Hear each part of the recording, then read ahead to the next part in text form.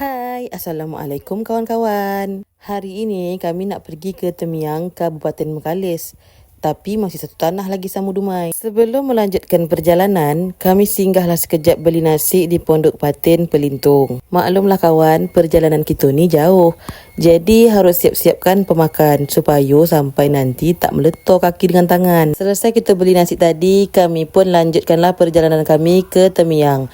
Sebelum sampai Temiang tu banyak pula desa-desa yang kita lewatkan kawan-kawan. Kalau tak silap, perjalanan ke Temiang ni kurang lebih 2 jam gitulah. Singkat cerita, kami dah sampai dekat api-api ni kawan-kawan.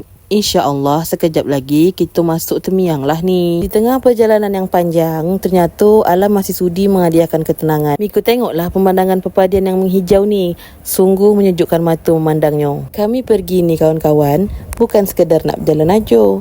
Tapi adalah pokoknya hajat lain yang tak bisa dicakapkan. Sebetulnya kami berempat ni belum pernah lagi sampai ke rumah Wak Usop ni kawan-kawan. Cuma dikasih arahan sikit-sikit lah sama bah tu, faham lah awak ya kan. Tadi aku sempat bertanya sama bapak-bapak. Aku tanyalah, Assalamualaikum Pak, bapak kenal Wak Usop, rumahnya dekat mana? Bapak tu pun jawab lah, kata beliau tu, kalau aku tak salah, rumah dia tu Miko luas aja, nanti jumpa masjid warna hijau. Dekat depan masjid hijau tu ada jalan, masuk jalan situ, kata dia tadi. Singkat cerita, akhirnya kami nampaklah masjid warna hijau tu.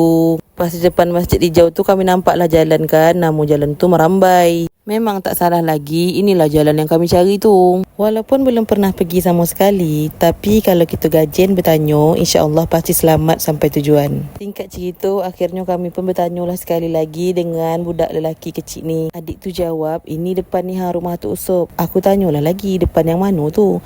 Tanya je lah orang kat kedai depan tu, kata dia. Kami pun bertanyalah dekat orang yang ada di kedai tu. Setelah dikasih tahu orang tu, rupanya tinggal berjalan 10 langkah je lagi sampailah ke rumah Wak Usop tu. Memang dah dekat betul dah rupanya. Dah nampak pun rumah Wak Usopnya. Rumah panggung khas Melayu lama.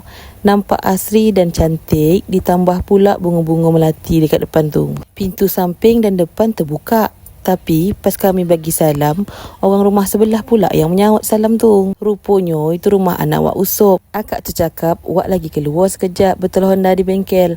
Naiklah dulu menunggu kat rumah kami ni. Singkat cerita kawan-kawan, kami pun menunggulah dekat rumah akak tu tadi. Tapi oleh kerana video ni panjang kawan-kawan, kita sambung part 2 ya. Assalamualaikum, jumpa lagi.